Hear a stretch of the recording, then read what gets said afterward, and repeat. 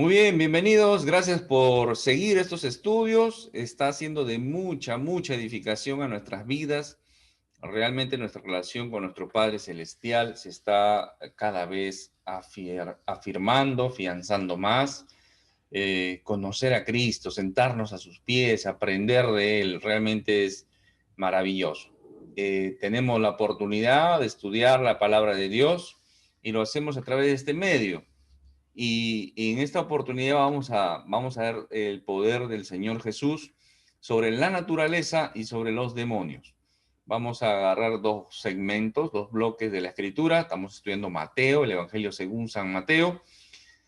Estamos en el capítulo 8 ya. Estamos viendo vamos a ver, el Señor Jesús calma la tempestad y el Señor Jesús expulsa demonios. Ya, vamos a ir leyéndolo conforme vamos avanzando. Quería presentarles este cuadrito para hacernos un bosquejo de los capítulos 8 y 9 que estamos viendo, que son las señales, las evidencias del Señor Jesús, del Mesías, las señales que Él va a realizar, profetizadas muchas de ellas, y muchas de ellas muestran sus credenciales, podríamos decir, ¿no? Vamos a ver 10 acciones dentro de 10 sanidades, en realidad 9 sanidades y una resurrección. Y si hacemos si nos damos cuenta, vamos a encontrar acá que hay en la sanidad, por ejemplo, del leproso, ¿no? La enfermedad, sobre la pureza, lo impuro, volviéndolo puro el Señor. En la sanidad del siervo del centurión, ¿no? No hay límites étnicos para el Señor. La fe del centurión alabada, ya lo hemos visto, puedes revisarlo después en los otros videos que están grabados, ¿ya? La suegra de Pedro, ¿no? No hay un género, no solamente a los varones, también a las mujeres, también a los judíos, no había desechado su pueblo, vino a traerle la invitación al pueblo, ¿no? ¿Qué hubiera pasado? No estaríamos acá nosotros si el pueblo judío de repente hubiera recibido a su Mesías, pero el Señor tiene sus planes y nosotros somos la extensión de eso, somos la iglesia, un misterio revelado. ¿Qué más? Vamos a estudiar el Señor calma la tempestad, el poder del Señor Jesús sobre la naturaleza. Expulsa demonios, el poder sobre el mundo de oscuridad, de maldad, mundo satánico, demoníaco. El poder sobre el pecado, el Señor lo permite, vamos a ir estudiando. El poder sobre la muerte y cómo la sanidad viene a través del Mesías. Los ciegos ven, ¿no? Los mudos hablan, los cojos caminan, saltan de alegría y gozo, dice, ¿no? Acá en Mateo 11, de 4 al 5, dice, respondiendo Jesús le dijo, id y haced saber a Juan las cosas que oís y veis, a Juan el Bautista, ¿no? Tenía algunas dudas aparentemente, y le dice, los ciegos ven, los cojos andan, los leprosos son limpiados, los sordos oyen, los muertos son resucitados, y a los pobres es anunciado el Evangelio, ¿no? No le dice, ante la duda de Juan el Bautista, no le dice que, bueno, dile que yo soy el Mesías, pues no, yo soy el Mesías. ¿Pudo haberlo dicho el Señor Jesús? Por supuesto, pero al contrario de decirle eso, le da la muestra, las evidencias, ¿no? Ya había sido profetizado, hay muchos pasajes bíblicos, dentro de ellos Isaías 35, del 4 al 6, dice, decid a los del corazón apocado, esforzados, no temáis. He aquí que vuestro Dios viene con retribución, con pago. Dios mismo vendrá y os salvará. Entonces los ojos de los ciegos serán abiertos y los oídos de los sordos se abrirán.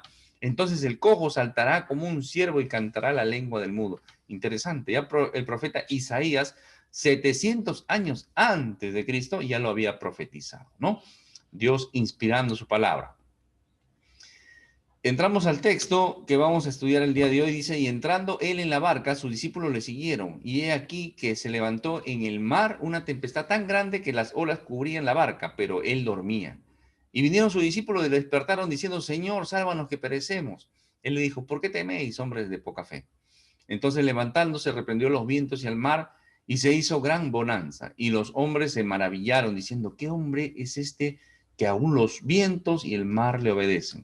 Interesante, un texto que muchas veces hemos escuchado, muchas veces hemos leído, pero hay mucha riqueza, mucha profundidad. Hay bastante material que he obviado, pero espero que lo que vayamos a estudiar hoy, estoy seguro que va a ser de tu edificación. Dice, después de confrontar a los discípulos apurados, a los que se acercan al Señor, a estos seguidores que querían estar con el Señor Jesús, el Señor sube a la barca y emprende esa navegación al otro extremo del mar de Galilea.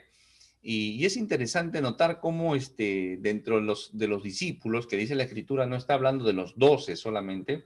Ojo que todavía acá están 4, hasta ahorita se han nombrado, que son Pedro, Andrés, su hermano, Jacobo y su hermano Juan. Los 4 pescadores. Dentro de estos son los curiosos, ¿no? Los que se acercan curiosos, son discípulos curiosos. Este tipo de personas también las encontramos a veces dentro de la iglesia también, ¿no? Los curiosos, los que se acercan por curiosidad. Oye, qué bonito, está bien, interesante, me ha llamado la atención esto, ¿no? Qué bonito enseñan acá, sí, se aprende algo, ¿no? Entonces son los curiosos. Dentro de otro grupo de discípulos podemos encontrar los que son tipo Nicodemo, ¿no? Nicodemo, este anciano religioso, conocedor de la Escritura, se acerca al Señor Jesús de noche a hacerle unas preguntas, ¿no? Entonces, él era intelectualmente convencido, pero todavía no se había rendido a Cristo. Todavía no le había rendido su vida a él. Entonces, intelectualmente, hay muchos que conocen, incluso dentro de las iglesias, muchos que saben de mucha Biblia, incluso fuera, que no son creyentes, que saben mucha Biblia, pero lamentablemente no han tenido ese encuentro personal con el Señor Jesucristo, ¿no? Otros que son como José de Arimatea, que son esos discípulos secretos, ¿no? Son cristianos, pero están secretos, ¿no? Como es secreto, no tiene problema con nadie, ¿no? Y se amoldan al mundo y se dispersan y se mimetizan en el mundo, ¿no? Entonces, así no tienen problema con nadie, ¿no? Hay cristianos así también hay creyentes así también. Cristianos de la secreta, ¿no? Hasta que José de Arimatea al final, él va y pide el cuerpo, ¿no? Es más, va a dar su tumba, va a dar para poner el cuerpo del Señor Jesús. Sale de ese anonimato, tiene también ese encuentro con el Señor Jesús. Y bueno, los verdaderos creyentes, ¿no? Los verdaderos creyentes que sí proclamamos al Señor Jesús, que aprovechamos los tiempos, que aprovechamos realmente todos los medios para alcanzar a las almas perdidas, que tenemos pena y compasión por ellas, ¿no? Y buscamos y presentamos el evangelio de la verdad. Los que no allanan el evangelio, no abaratan el evangelio, no los que trafican con el evangelio, no los que lucran con el evangelio, no los que negocian con el evangelio, no los que buscan el cargo solamente, ¿de acuerdo? Entonces, hay que tener en cuenta eso. Siempre este es un estudio bíblico que no solamente leemos el pasaje bíblico, lo explicamos y todo dice así y se acabó el asunto. No, acá tenemos que aterrizar. Tú, esta elección, aterrízalo a tu vida. No, si tú estás escuchando este estudio y te levantas como te has sentado, has perdido el tiempo. Este estudio, cada estudio, así fuera un versículo que yo tome y lo explique, tienes que aterrizarlo a tu vida. Tienes que hacer lo propio en tu corazón. ¿De acuerdo? Entonces, dice que sus discípulos le siguieron, muchos seguidores, ¿no? Lo siguieron, incluso Marcos nos va a decir que habían otras barcas, ¿no? Que también aparentemente el Señor se sube en barca y otros discípulos se suben en otras barcas también. ¿No? Ahí está Marcos 4:36, dice, despidiendo a la multitud, se tomaron como estaban en la barca y había también con él otras barcas, ¿no? Otras barcas, aparentemente seguían. Estaban en el mar de Galilea, dicen, mar de Galilea. Los otros evangelistas también dicen mar, pero en realidad ya sabemos que es un lago, ¿no? Es un lago muy grande, ¿no? De 11 kilómetros por 22 kilómetros de ancho, más o menos. Entonces, es un lago que es bastante grande, por eso que se le decía el mar, ¿no? El único que va a decir lago es Lucas, que es un poco más, más estudioso, más preciso en su investigación, dice él mismo, ¿no? Entonces, este es el mar de Galilea, o mar de Tiberíades, o de Tiberias.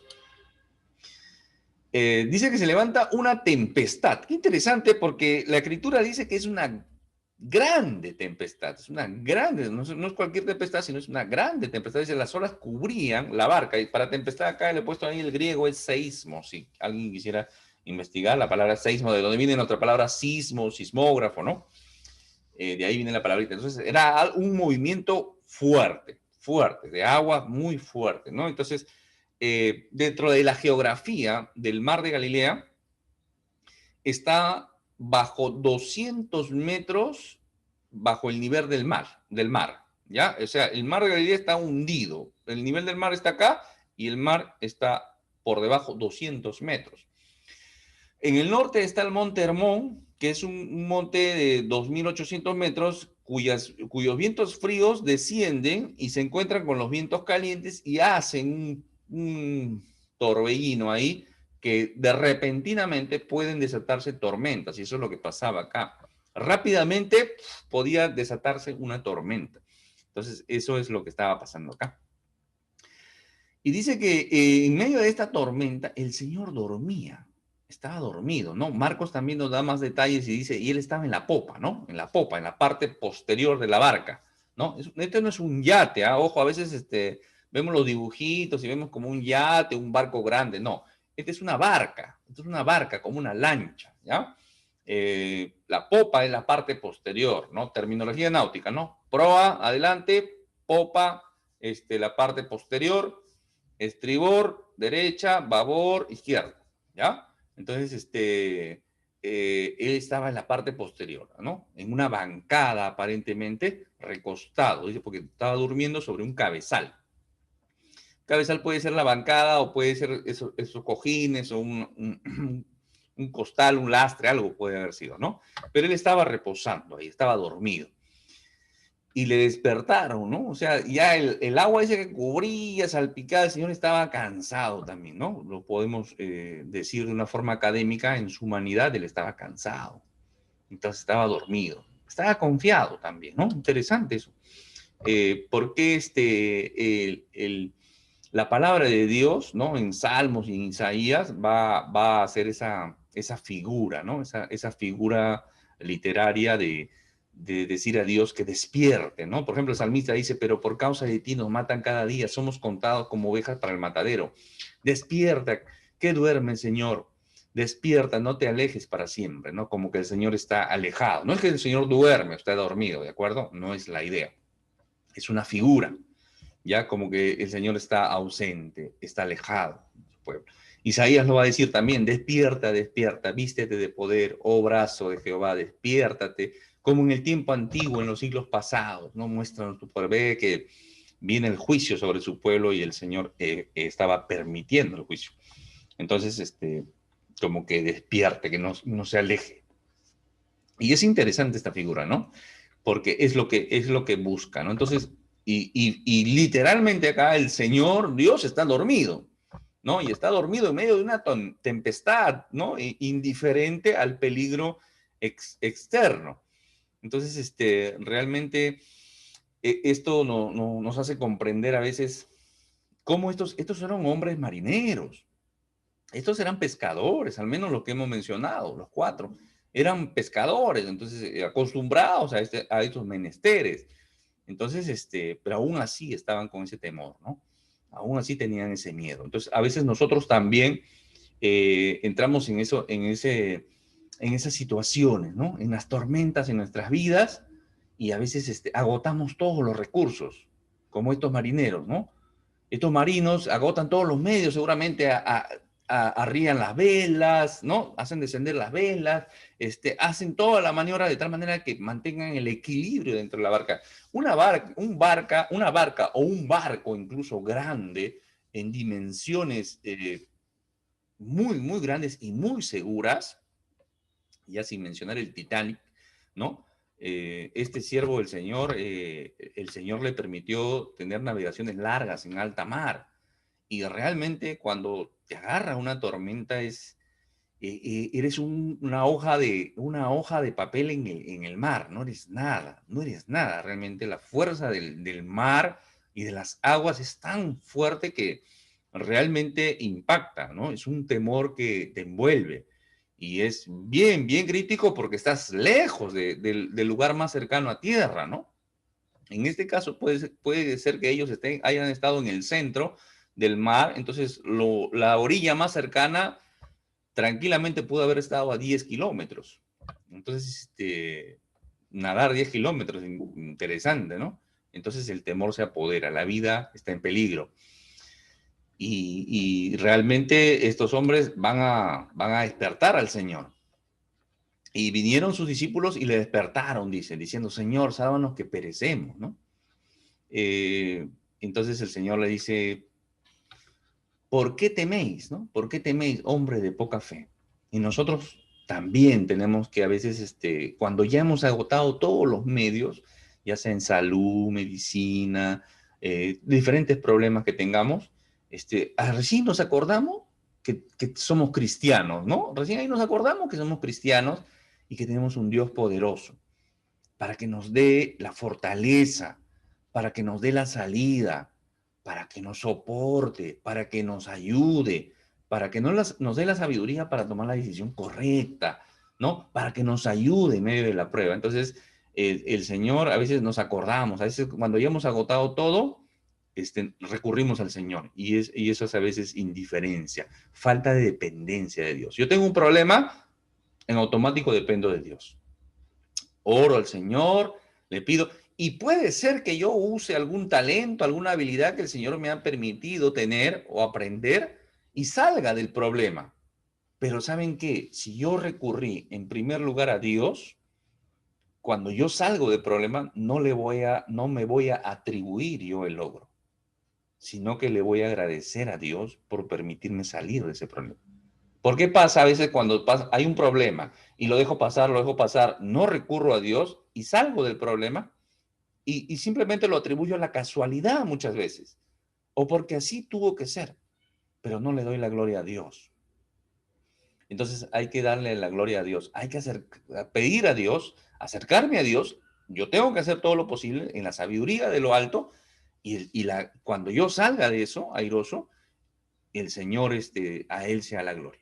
Su nombre sea enaltecido. ¿Ya? Entonces, ahí incluso hay situaciones de muerte, ¿no? Situaciones de muerte. Y, por ejemplo, dice, ¿qué teméis, hombre de poca fe? ¿No? O sea, no le está diciendo que no tiene fe, los está molestando ligeramente, en realidad el Señor le está diciendo, pero no está su fe, o sea, su fe es muy poca.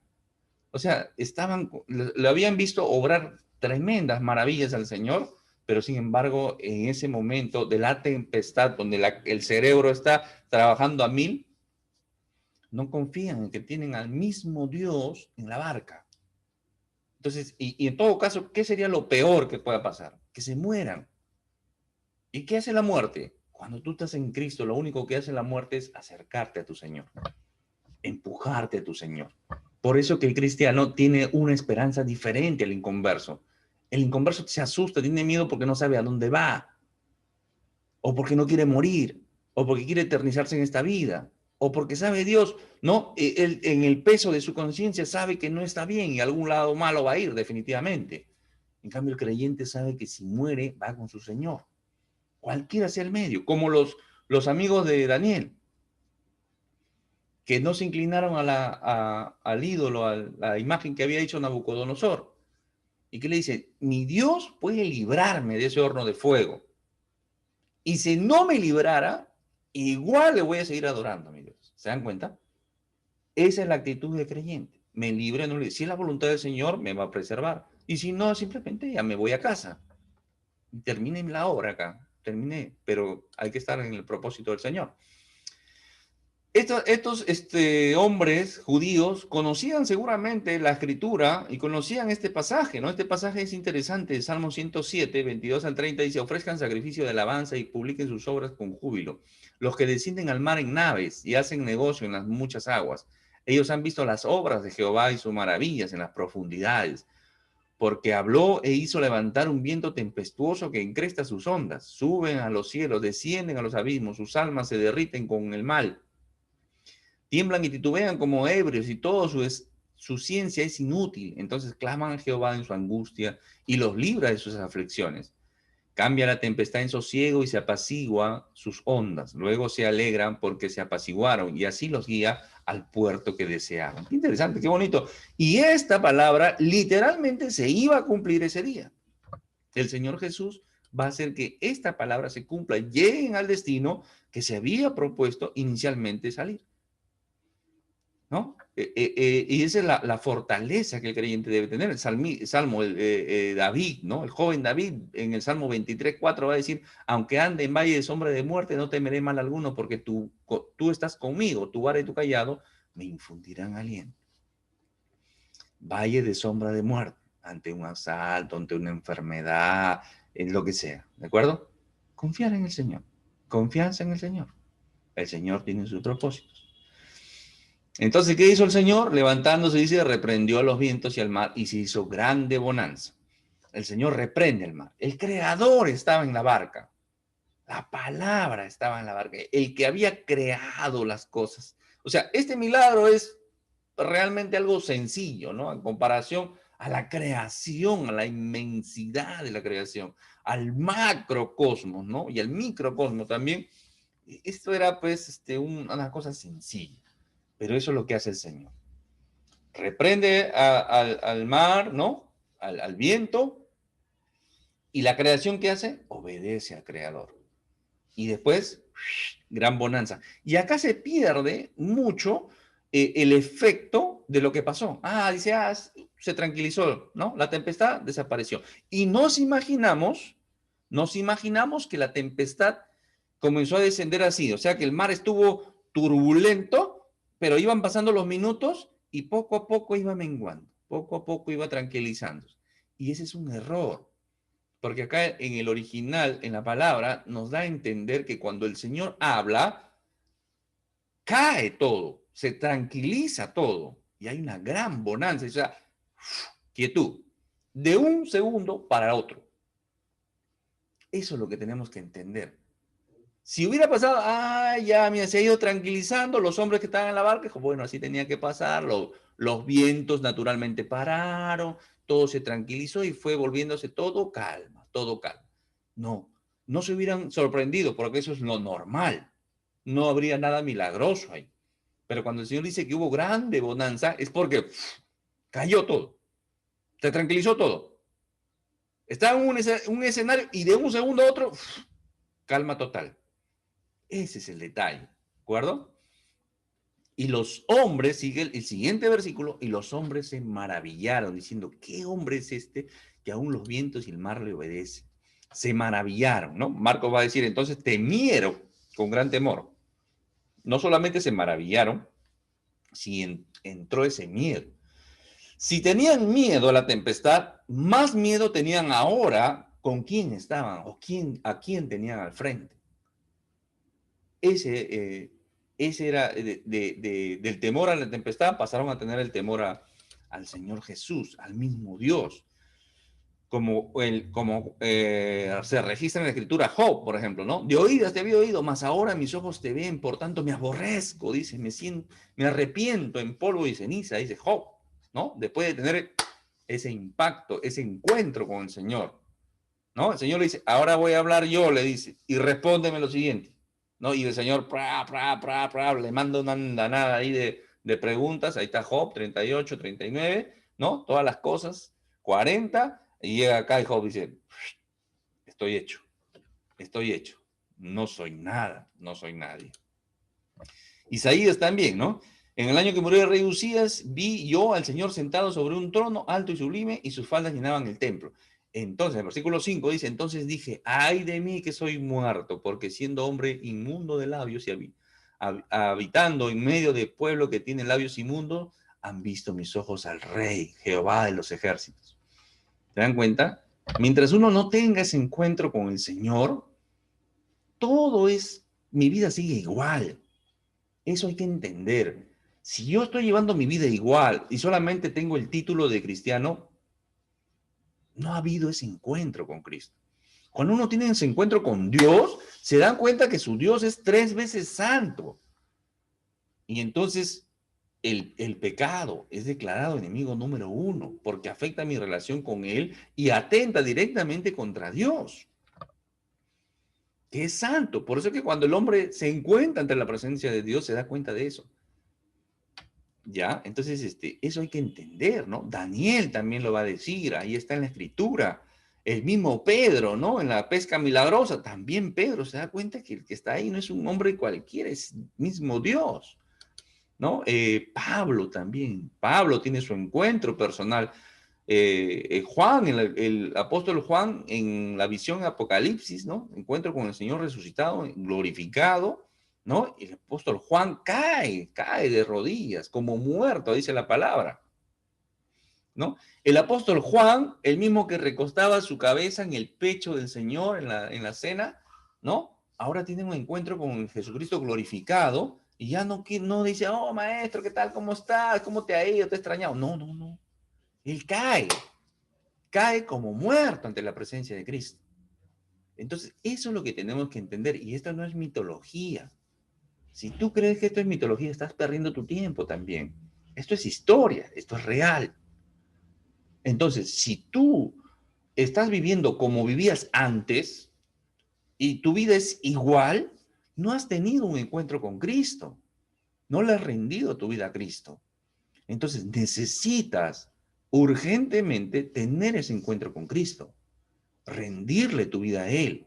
Ahora, hermano, que yo llego a Cristo, ya no voy a pecar. No, ya no vas a pecar. Seguramente que vas a pecar, pero tu relación con Él va a hacer que cada vez peques menos. Yo escucho a veces hermanitos que dicen, sí, sí, somos pecadores perdonados, perdonados somos. Claro que sí, es verdad, sí, pero ya nuestra vida es diferente. Tenemos un antes de Cristo y un después de Cristo.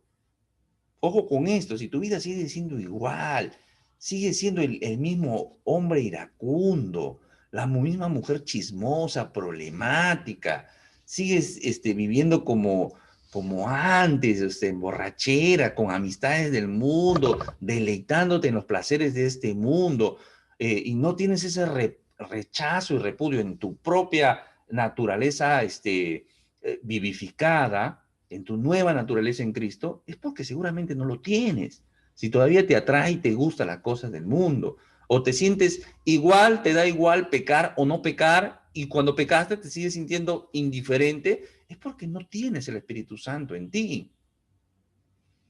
Entonces necesitas tener ese encuentro con Cristo. ¿De acuerdo? Muy bien, vamos a entrar un poquito de geografía. Acá está Palestina, acá está Galilea, este rojito, la provincia. Todas las letritas grandes son provincias, provincias romanas, ¿ya? De aquel entonces, en el tiempo de Jesús, cuando encuentran estas palabritas grandes, Samaria, Judea, Idumea, Nabatea. Esto de acá, estas son las provincias, ¿no? Las letras más pequeñitas son las ciudades, ¿ya? Eh, eh, ¿Qué más podemos ver acá? Entonces acá está el mar de Galilea y acá está el mar Muerto. Este río que viene por acá es el río Jordán. ¿Ya? Entonces nos ubicamos. Nos ubicamos. Jerusalén está por acá más o menos. Jerusalén está por acá. Por acá está Belén. Belén está más abajito. ¿Ya? Por acá está Emaús. Acá en el norte está la provincia de Galilea. Acá vamos a encontrar a Nazaret. Capernaum, acá a la ribera del mar de Galilea, Capernaum, acá estaba el Señor y hace un viaje. Ahora vamos a agrandar esto. Acá está Capernaum. Capernaum está acá, por acá está Nazaret, ¿ya? Acá está Naín, ¿no? La viuda de Naín que resucita a su hijo, por acá está Naín, ya no, ya, es importante ubicarnos en el Atlas, bíblico, ¿ya? En la geografía bíblica, para ubicarnos, y no, cuando leamos la escritura, nos ubiquemos también mentalmente dónde estaba el Señor Jesús. ¿No? Ah, Capernaum, ¿dónde será Capernaum? Capernaum es acá. Capernaum es acá, a la ribera, es una ciudad cosmopolita, es una ciudad bastante comercial, es un puerto, ¿no? Es un puerto, el puerto de tu ciudad, de tu país, el puerto más comercial, así sería el Capernaum. Entonces el señor Gadara, ¿dónde está? Acá está Gadara. Gadara está bien adentro, por acá, ¿ya? Algunos van a decir que de acá de Capernaum hace un viaje acá, al costadito, ¿no? Al costadito, no, pero Gadara está acá abajo. O sea, el Señor atraviesa el mar de Galilea. Por eso que les decía que cuando se desata la tempestad en la noche, ¿no? Estarían por la mitad. O sea, estaban en el centro mismo. Por eso el temor. Porque si yo estoy cerca a costa, yo hago lo posible para llegar a costa. Y si naufraga mi barco, se hunde, nadaré, haré algo, me agarraré de los escombros, no lo sé, ¿no? Entonces, pero él estaba en el centro. Entonces es grande. Ya vean las fotos, búsquenlo en Google, busquen las fotos del mar de Galilea y no ves los lados, ¿no? No ves los lados. Es bastante grande cuando uno está in situ, ¿no? En el mismo lugar. Vean las fotos. ¿Ya? Entonces se va, acá está Gadara. Gadara está por acá. ¿Ya? Entonces, toda esta zona de Gadara, o Gereseno, lo van a decir algunos también, todo está por acá. ¿Ya? Entonces el Señor está pasando por acá. Está llegando a esta zona de acá. Y esta zona de acá está en una provincia que se llama Decápolis. Esta, Decápolis. No estaba bajo la jurisdicción de Herodes. Era una ciudad fuera de la jurisdicción. Volvemos al mapa anterior. Lo que estaba bajo la jurisdicción de Herodes o de sus hijos después de él, de Herodes el Grande, después de sus hijos, Antipas, Arquelao, Felipe, está Galilea, Samaria y Judea. Perea también, ¿de acuerdo? Y Turea también, acá en el norte. Decápolis, no. Todo este bloque de Decápolis, Deca viene de 10 polis ciudad, 10 ciudades, ¿no? Tiene una relación cuando viene la conquista de los romanos, estas ciudades se juntan y se hacen como una provincia, ¿de acuerdo? Decápolis, 10 ciudades se juntan acá. Entonces, Gadara estaba en esa era jurisdicción o tierras internacionales, por decirlo de alguna manera, o fuera del gobierno de los Herodes, ¿ya? De Antipas, de Felipe y Arquelao o los gobernadores romanos que ya no estaban después de Arquelao, ¿no? Arquelao ya no estaba en ese entonces. Muy bien, ahora andamos un poquito más. Acá está Capernaum. Entonces hace un viaje hasta esta zona de acá. Esta de acá, por acá más o menos, ¿no? Atraviesa, ¿no? Atraviesa aparentemente todo el mar de Galilea. Bueno, eso es solamente por ubicarnos en el mapa. Pasamos ahora al otro bloque. Dice, cuando llegó a la otra orilla, ya entendemos, llegó a la otra orilla, ya entendemos, a la tierra de los Gadarenos. Vinieron a su encuentro 2 endemoniados que salieron de los sepulcros, feroces en gran manera, tanto que nadie podía pasar por aquel camino. Y clamaron diciendo, ¿qué tienes con nosotros, Jesús, Hijo de Dios? ¿Has venido acá para atormentarnos antes de tiempo? Estaba paciendo, ¿no? Lejos de ellos un hato de muchos cerdos, ¿no? Muchos cerdos. Y los demonios le rogaron diciendo, si nos echas fuera, permítenos ir a aquel hato de cerdos. Él les dijo, id. Y ellos salieron y se fueron a aquel hato de cerdos. Y aquí todo el hato de cerdos se precipitó en el mar por un despeñadero y perecieron en las aguas. Y los que lo apacentaban huyeron y vinieron a la ciudad, contaron todas las cosas y lo que había pasado con los endemoniados. Y toda la ciudad salió al encuentro de Jesús, y cuando le vieron, le rogaron que se fuera de su contorno, que se fuera de la ciudad. Dice acá que llegó a Gadara, ¿no? Tierra de los Gadarenos, o Gerasenos, o Gergesenos, también lo van a encontrar en algunos mapas, ¿ya? Mateo nos dice que eran dos endemoniados, ¿no? Marcos y Lucas van a decir que era, bueno, no van a decir que era uno, pero mencionan a uno nada más. Ya, esto es lo que se conoce, no hay contradicción, ¿ya? No hay contradicción. Esto es lo que se conoce en interpretación bíblica como condensación. Aparentemente, Marcos y Lucas se concentran se concentran en el que era más agresivo, ¿no? De los dos, aparentemente era uno más agresivo que otro, ¿ya? Y eso, lo que están haciendo ellos es condensar, ¿de acuerdo? Dice que estaba un endemoniado, ¿no? La palabra para una persona que es endemoniada es daimonizomai, ¿ya? En el griego, ¿ya? No hay tal palabra como poseído, ¿no? En la escritura no vamos a encontrar a alguien poseído demoníacamente. Hay un poseído, ¿no? Poseído de demonio. No hay tal palabra, lo que hay es endemoniado, o sea, que ha sido demonizado, ¿no? Nosotros vamos a entenderlo como poseído, ¿no? Algunos teólogos dicen no es correcto decir poseído porque nosotros seamos creyentes o no somos creación de Dios y el enemigo no puede poseernos, ¿no? Puede usurpar, puede ser, pero no es el dueño, entonces no tiene tal posesión. Por eso que en el original, en la escritura, también se habla de demonizado, alguien que está endemoniado, demonizado, ¿no? Pero bueno, entendiéndolo como alguien que ha sido demonizado, ¿no? Y tomado, o alguien que ha sido o alguien que está obsesionado también con el mundo de oscuridad.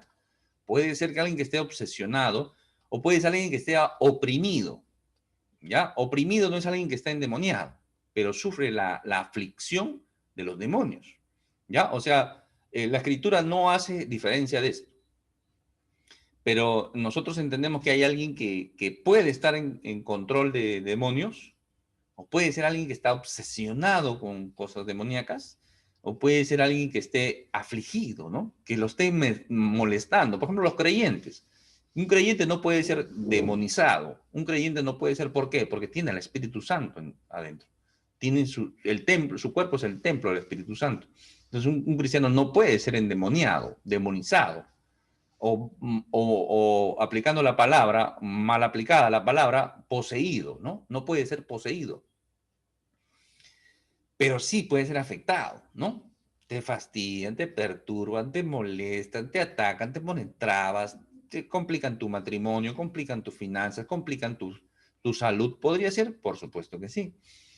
¿Ya? Entonces, en los planos que normalmente hay los ataques demoníacos, son el físico, el mental y el espiritual, bíblicamente comprobable, ¿no? Hay enfermedades, por ejemplo, que son a consecuencia de demonios. Hay temas mentales o psicológicos, podríamos decir, ¿no? En el tema mental están, por ejemplo, las personas que se obsesionan y se meten en este mundo de oscuridad, los que hacen brujería, los que están metidos en todas estas cosas, pero después su mente está perturbada, ¿no? Las personas, por ejemplo, que se vuelven adictas a la pornografía, por ejemplo. Esa es una puerta abierta para los demonios, ¿no? Personas que se vuelven adictas al mundo de espíritus de maldad, ¿no? Y a veces de forma indirecta, ¿no? A través de la música, a través de literatura, ¿no? De vampiros, de demonios, de hechizos, de conjuros, música metálica, satánica, letra satánica,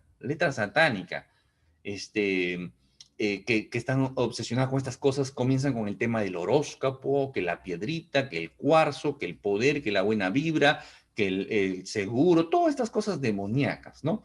Mezclada con el misticismo también. Entonces, todas esas cosas a veces afectan el plano emocional.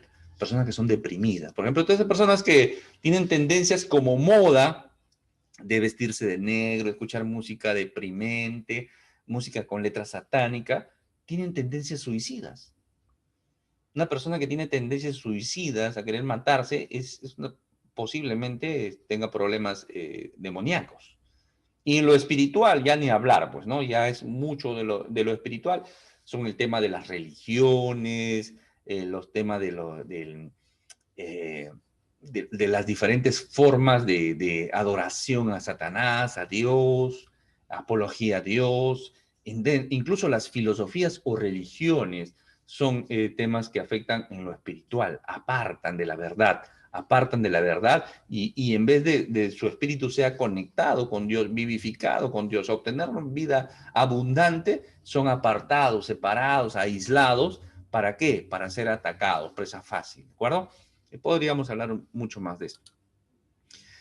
Es interesante cómo Apocalipsis 9, 20, 21 dice, los otros hombres que no fueron muertos con estas plagas, ni aún así se arrepintieron de las obras de sus manos, ni dejaron de adorar a los demonios y a las imágenes de oro, de plata, de bronce, de piedra y de madera, las cuales no pueden ver, ni oír, ni andar.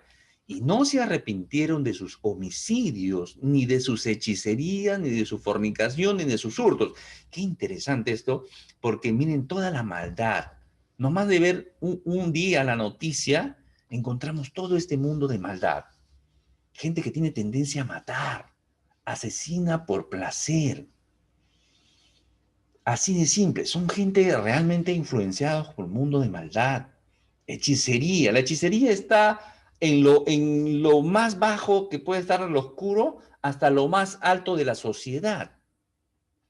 Todos quieren saber su futuro, todos quieren hacer brujería, todos quieren amarrar, voy a amarrarlo a mi marido para que no mire a otra mujer y le hacen una serie de cochinadas en la casa pensando que eso lo va a amarrar al marido y lo tienen ahí como un tonto, ¿no? Atontado, claro, por demonios seguramente lo tienen atontado, ¿no? Es más, en el plano espiritual que decía que se aleje, ahí entra la masonería también.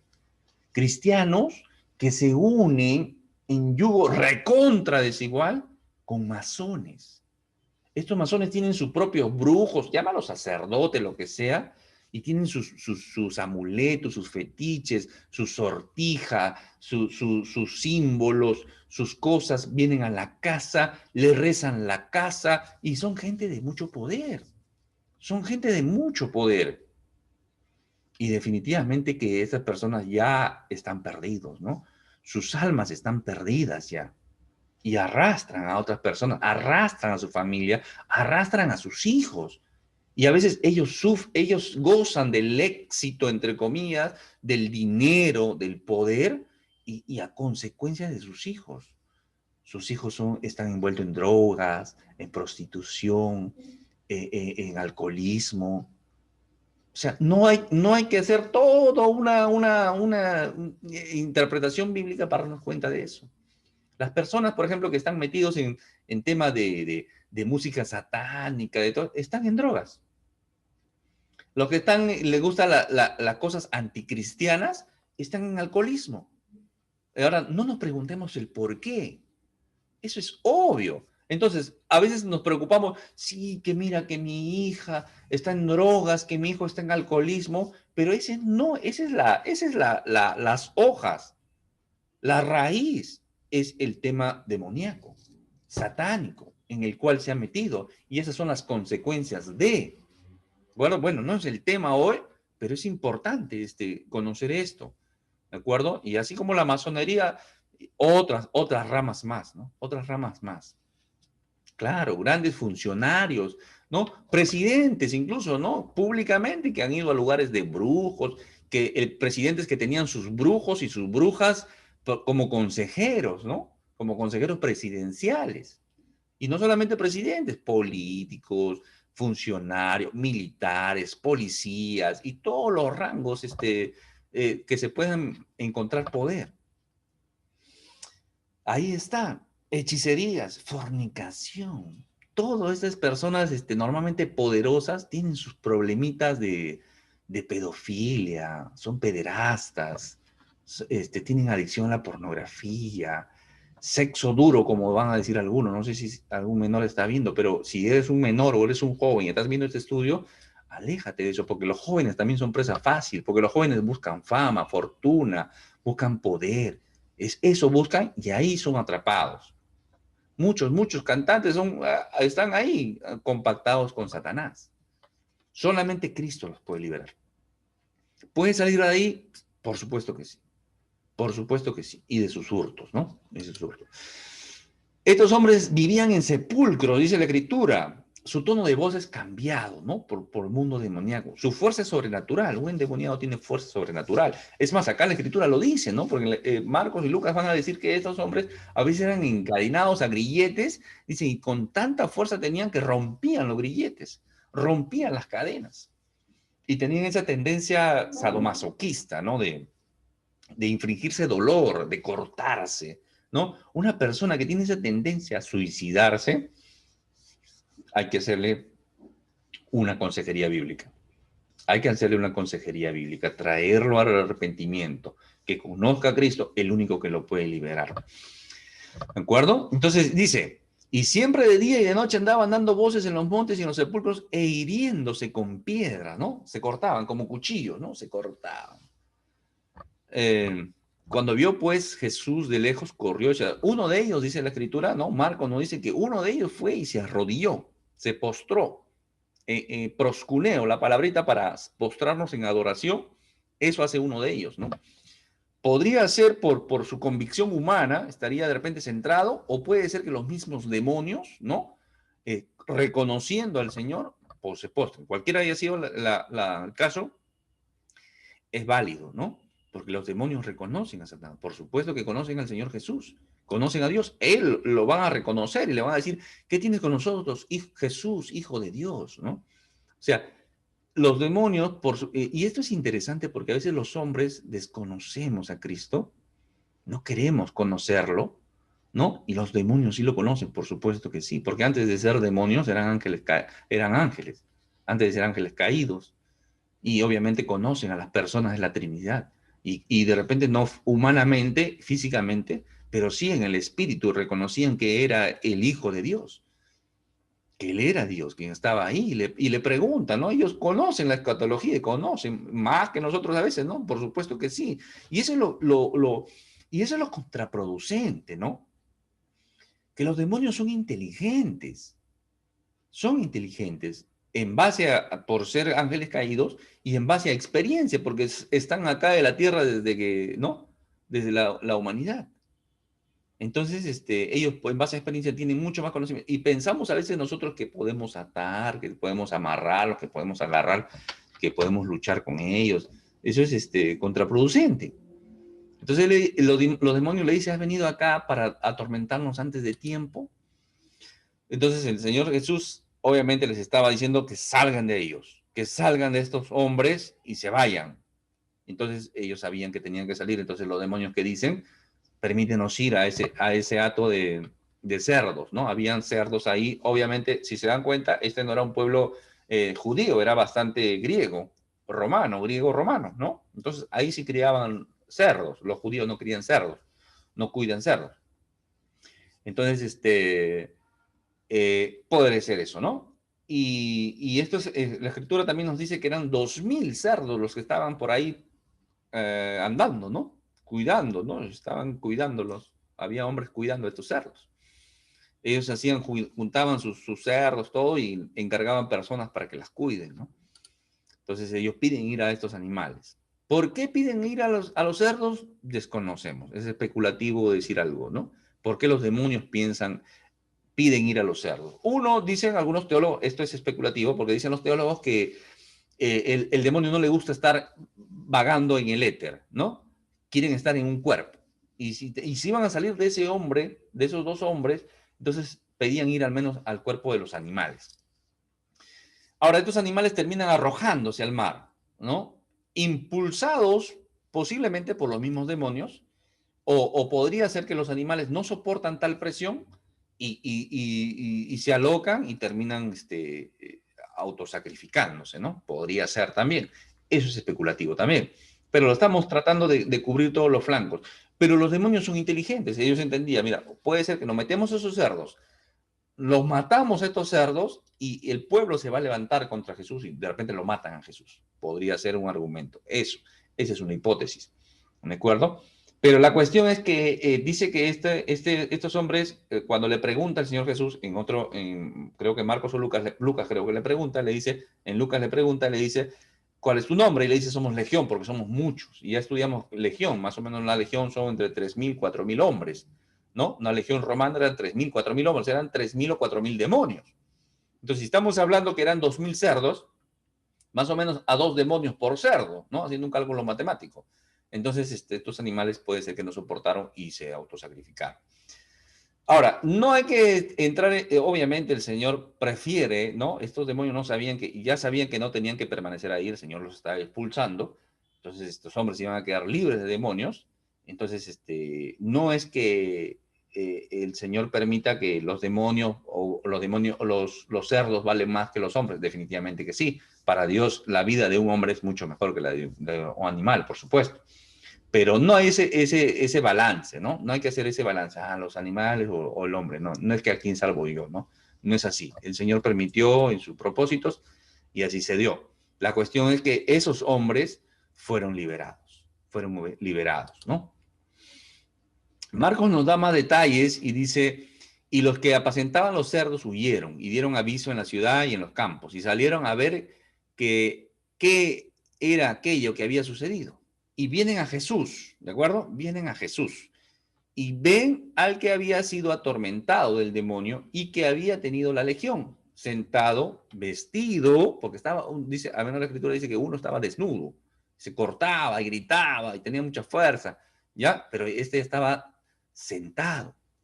¿Sentado por qué? Porque estaba escuchando a los pies del maestro y ya estaba vestido como una persona normal, ¿no? No sé si ustedes se han dado cuenta de los drogadictos, de los alcohólicos, ¿no? Están cochinos, sucios, no quieren bañarse, les gusta estar oscura, lugares oscuros, lugares sucios. Entonces, así es una persona, a veces, normalmente se las toma como problemas psicológicos cuando sus problemas de repente son bastante demoníacos. Una persona que no quiere limpiar su casa, que le gusta acumular cosas, que quiere estar encerrada, metida entre cortinas, cerrado, metido en su cama, no quiere bañarse. Algo está pasando, algo está pasando.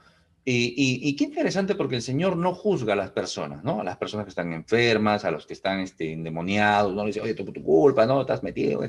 Pero normalmente tenemos que entender que a veces somos nosotros mismos los que abrimos esas puertas al mundo de maldad.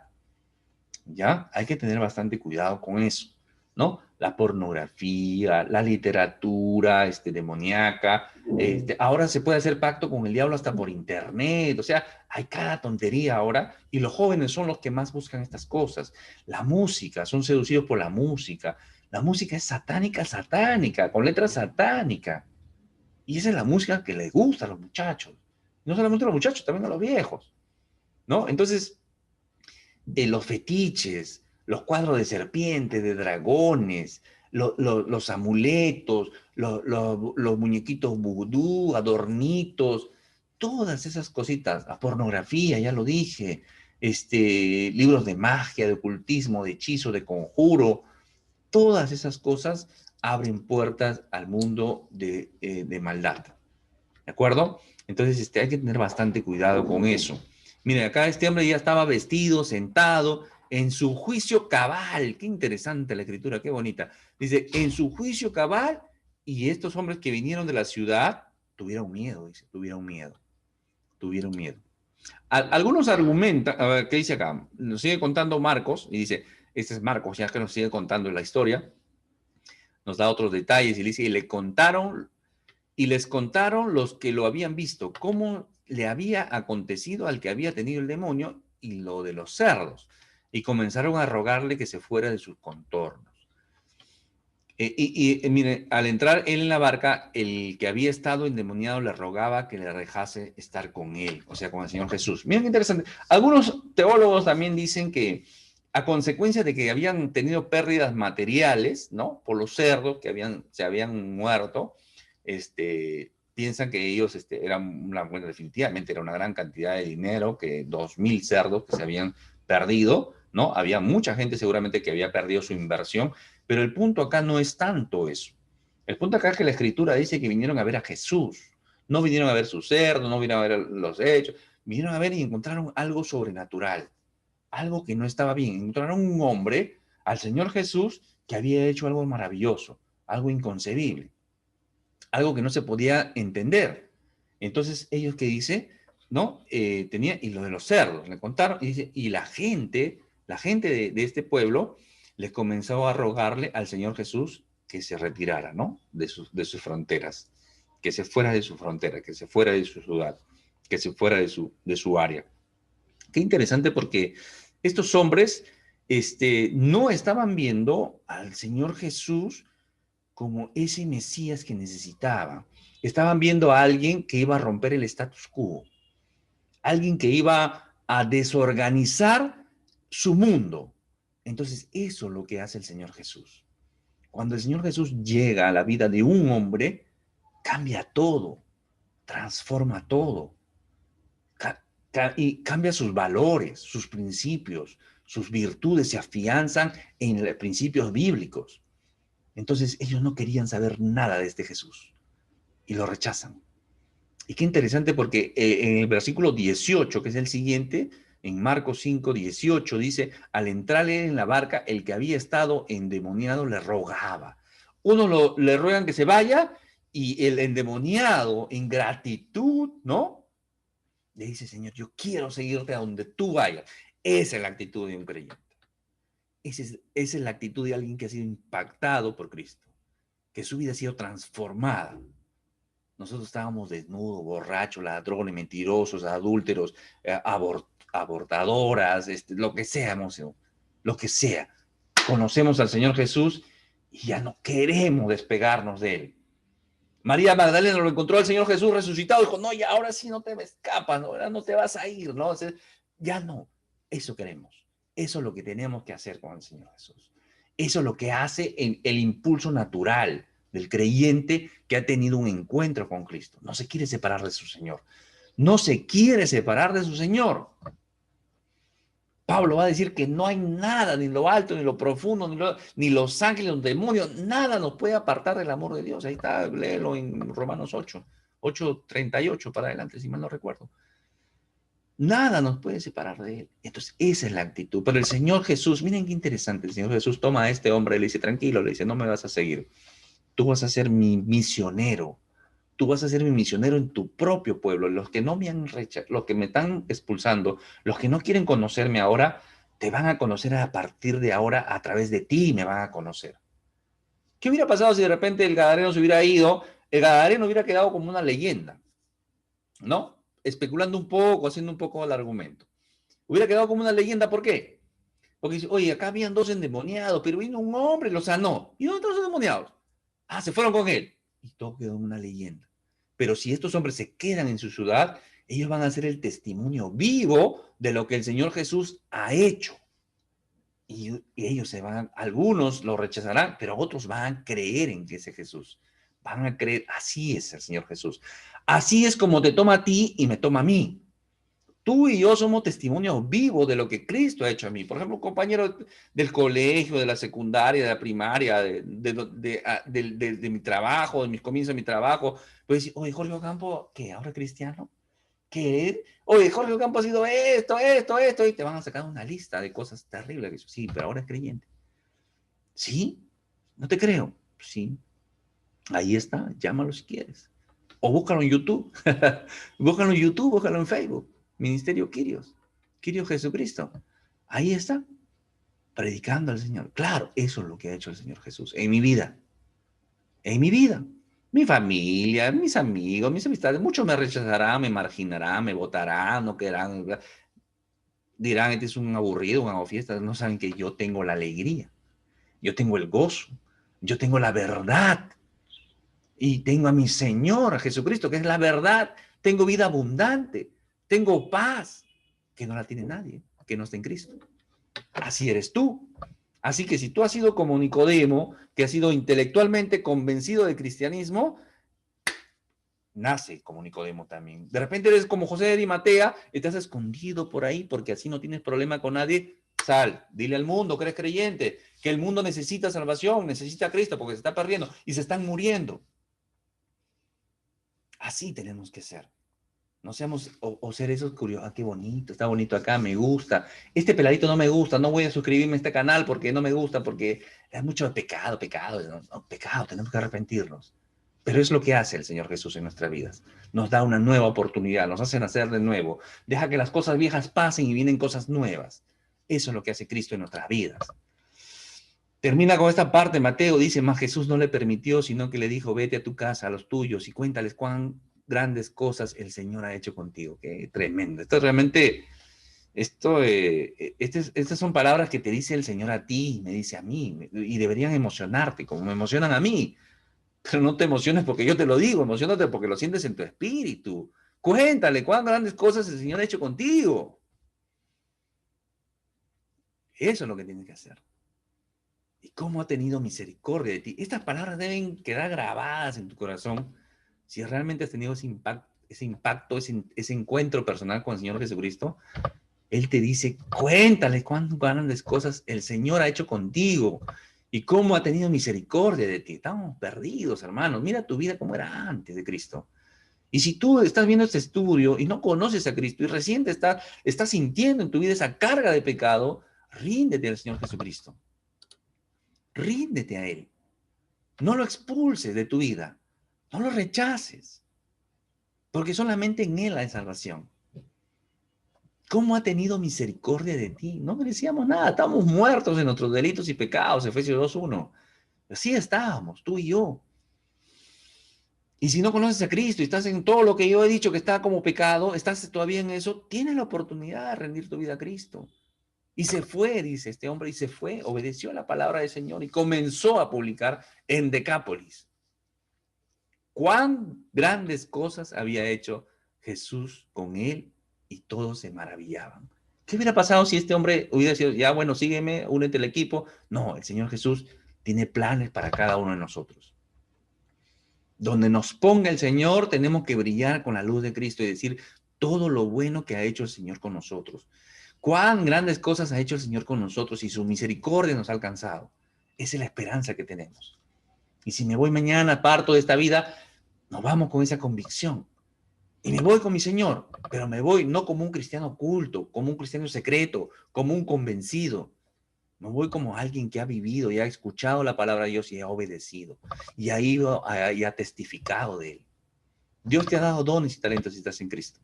Úsalos para su gloria. Muy bien, amados hermanos. Dios ha puesto ese tesoro en vasos de barro. Por eso que el apóstol Pablo, en un lugar griego, en un lugar que realmente nadie entendía, no eran judíos, muchos no eran judíos, este es un loco más. Él decía, no me avergüenzo del evangelio porque es poder de Dios. Acá no te voy a decir algo maravilloso, algo novedoso, filosofías extrañas, que sí, que hay gente que vinieron de otros planetas, de otro... No, esas son tonterías. Venga a la escritura, escucha la palabra de Dios, aprende, estudia la palabra de Dios, ven al Señor Jesucristo, que es el único que puede darte salvación. Y vas a conocer la verdad y vas a aprender a desechar la mentira. Ese es el poder del Evangelio. ¿Y saben cuál es el Evangelio? La buena noticia. Ese es el Evangelio, la buena noticia. Evangelio significa buena noticia. ¿Y cuál es la buena noticia? Que Dios se hizo hombre, carne, como tú y como yo, para morir en una cruz por ti y por mí. Y que venció la muerte, resucitó, subió y vuelve pronto, y vuelve como rey, vuelve como Señor, a juzgar. ¿De acuerdo? Tenemos esta oportunidad de rendirle nuestra vida a Cristo. Espero que Dios impacte tu vida. Fue con ustedes Jorge Ocampo, siervo del Señor Jesucristo.